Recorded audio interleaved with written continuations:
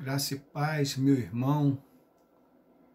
Mais uma vez estamos na presença do Senhor, eu e você, fazendo aí o nosso período devocional, o nosso culto nesta noite. Pela manhã nós estivemos na igreja com a escola bíblica dominical, com a aula ministrada pelo pastor Rogério. E agora à noite nós estamos iniciando o nosso período de culto. E eu tenho uma mensagem que o Senhor colocou no meu coração. O tema é um chamado à responsabilidade. Queria que você abrisse a sua Bíblia em Jeremias capítulo 7. Jeremias capítulo 7. Mas antes eu quero orar com você. Eterno Deus, Pai de nosso Senhor e Salvador Jesus Cristo, nessa noite estamos, Senhor, reunidos para cultuar a Ti, para celebrar o Teu nome, confiando, ó Deus, na Tua intervenção, mas também atentos, ó Deus, à Tua justiça sobre toda a terra. Por isso, nessa noite, peço a Tua bênção sobre nós. Peço que a Tua palavra venha aos nossos corações segundo a Tua vontade, que o Senhor esteja recebendo cada louvor, cada adoração, e que o Senhor ministre paz aos corações dos teus filhos, em nome de Jesus. Amém. Jeremias capítulo 7 diz assim: palavra que da parte do Senhor foi dita a Jeremias: põe-te à porta da casa do Senhor e proclama ali esta palavra, e dize: ouvi a palavra do Senhor, todos de Judá, vós os que entrais por estas portas para adorardes ao Senhor. Assim diz o Senhor dos Exércitos, o Deus de Israel: emendai os vossos caminhos e as vossas obras, e eu vos farei habitar neste lugar. Não confieis em palavras falsas, dizendo: templo do Senhor, templo do Senhor, templo do Senhor é este.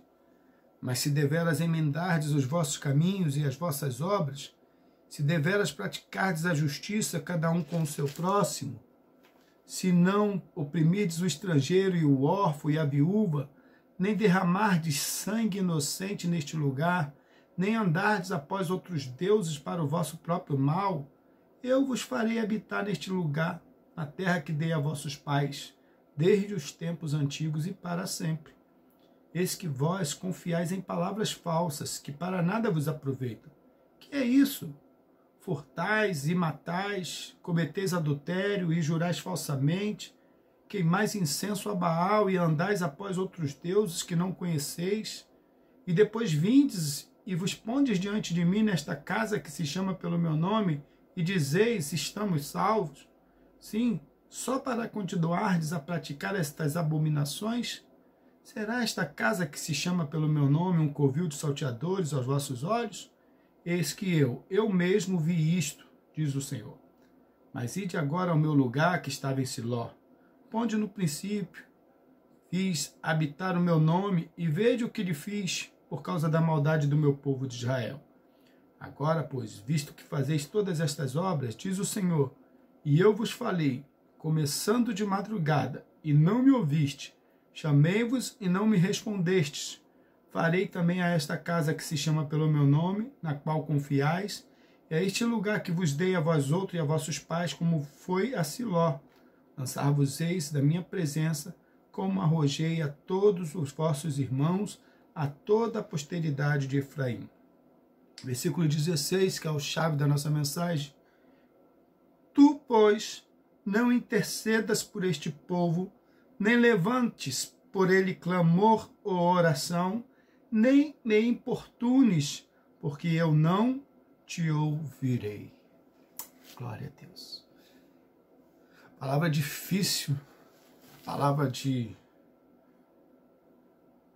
vara de Deus para a nação de Israel. Aquele povo que estava tão acostumado às profecias boas, aquele povo que estava alegre porque Deus era com eles, havia uma aliança, havia um templo construído, da qual Deus entrou em aliança com Salomão e disse que estaria sempre ali naquele lugar. E a presença de Deus era garantia de sucesso, era garantia de prosperidade, era garantia de bênção, garantia contra as pragas, contra as enfermidades. Mas aqui Deus está advertindo mais uma vez a nação através do profeta Jeremias.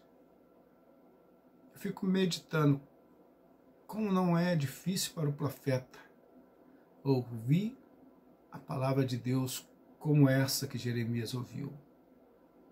Deus deu ordem a Jeremias: tu, pois, não intercedas por este povo, nem levantes por ele clamor ou oração, nem me importunes, porque eu não te ouvirei. Você já notou quantas pessoas gostam de pedir orações? Principalmente quando a coisa aperta, parece que as pessoas passam a ser mais religiosas. Elas ficam carentes de Deus, assim buscam de todas as formas a atenção dele.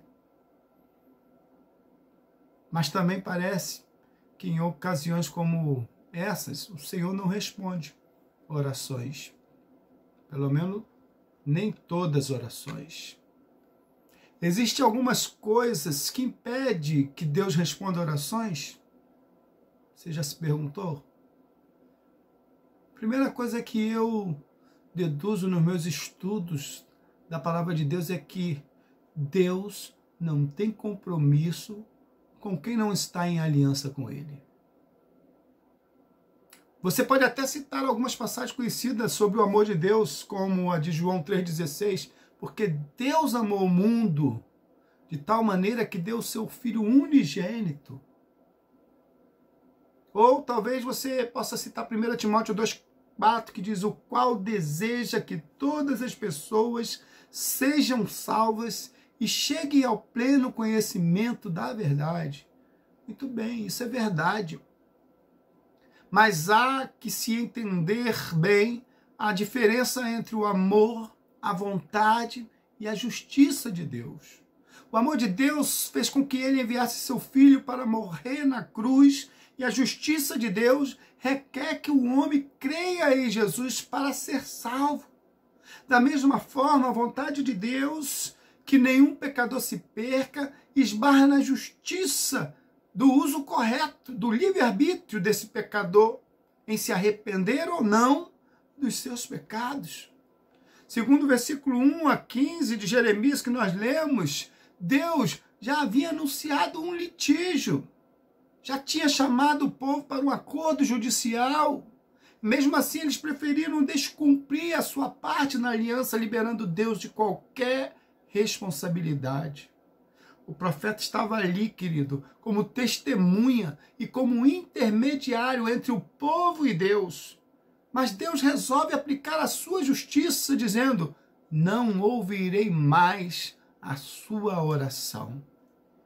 Sabe, querido, às vezes a gente brinca de ser crente, às vezes a gente brinca com Deus, falamos que o serviremos, que o honraremos, que seremos suas testemunhas e sempre descumprimos nossa responsabilidade.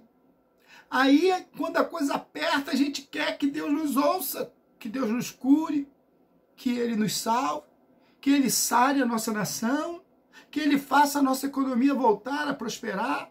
Somos ingratos, pois assim que a coisa melhora, a gente abandona Deus, a gente vai lá pular o carnaval, a gente vai lá adulterar, a gente vai lá substituir Deus por qualquer outra coisa ou atividade, e Deus fica esquecido dentro de uma Bíblia empoeirada.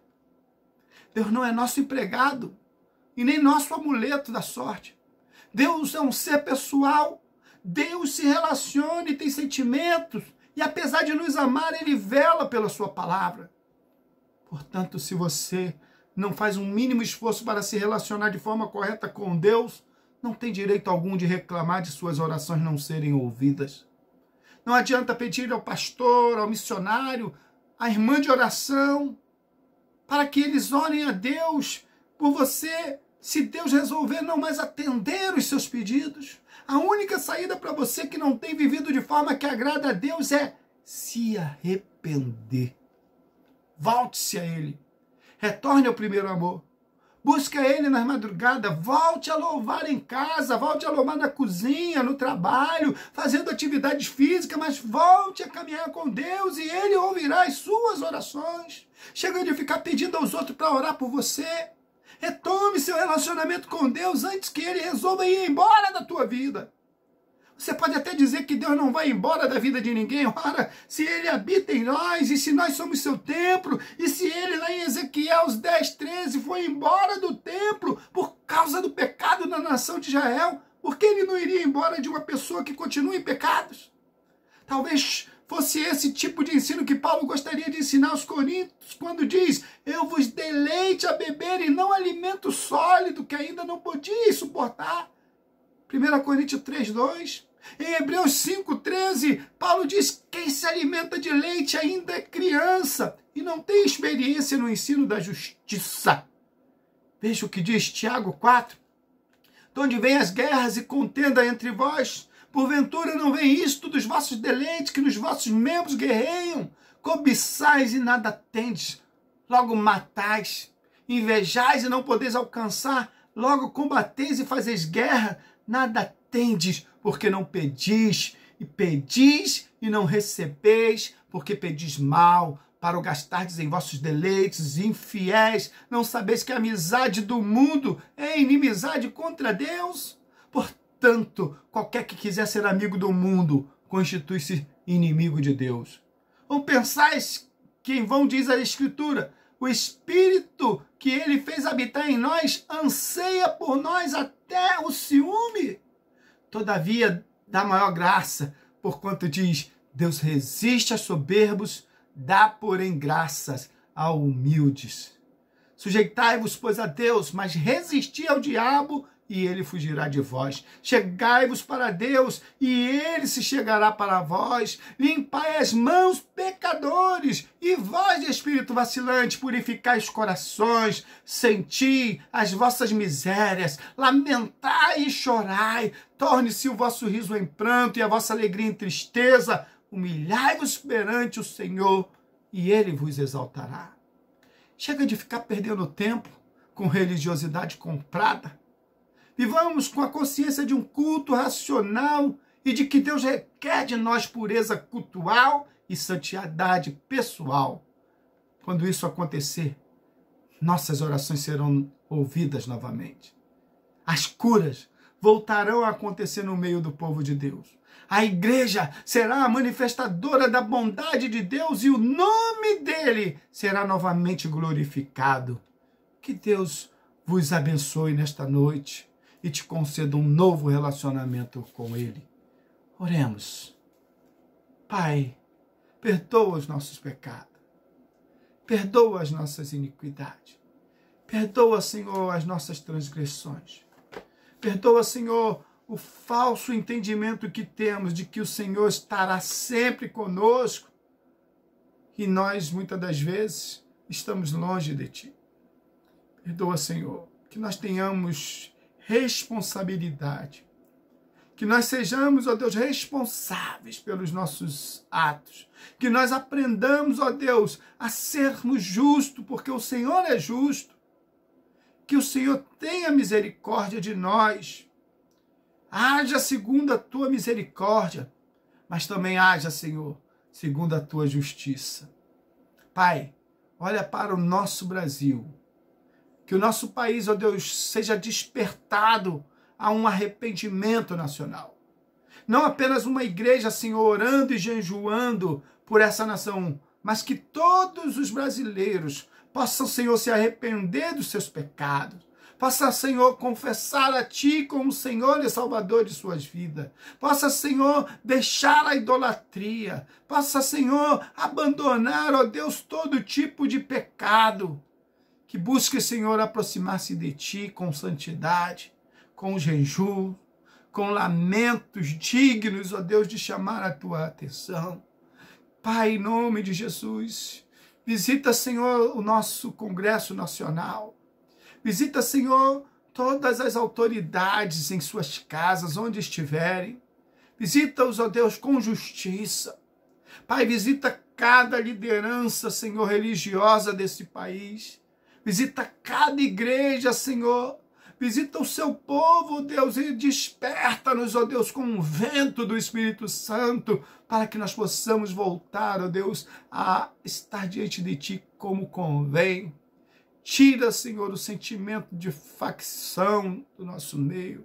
Tira, Senhor, a falsa conotação, ó Deus, de que somos melhor que o outro.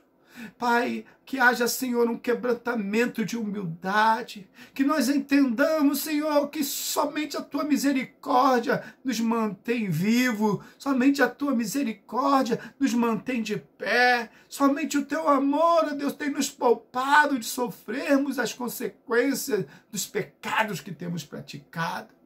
Em nome de Jesus, visita a nossa nação, visita a nossa igreja, visita, Senhor, a nossa denominação, a nossa liderança. Toca-os, ó Deus, com brasa do altar. Queima os nossos pecados. Purifica, Senhor, a Tua noiva. E ouve a nossa oração em nome de Jesus. Que o Senhor nos abençoe nessa noite, meu irmão e minha irmã, e te conceda uma semana de vitória. Amém. Paz.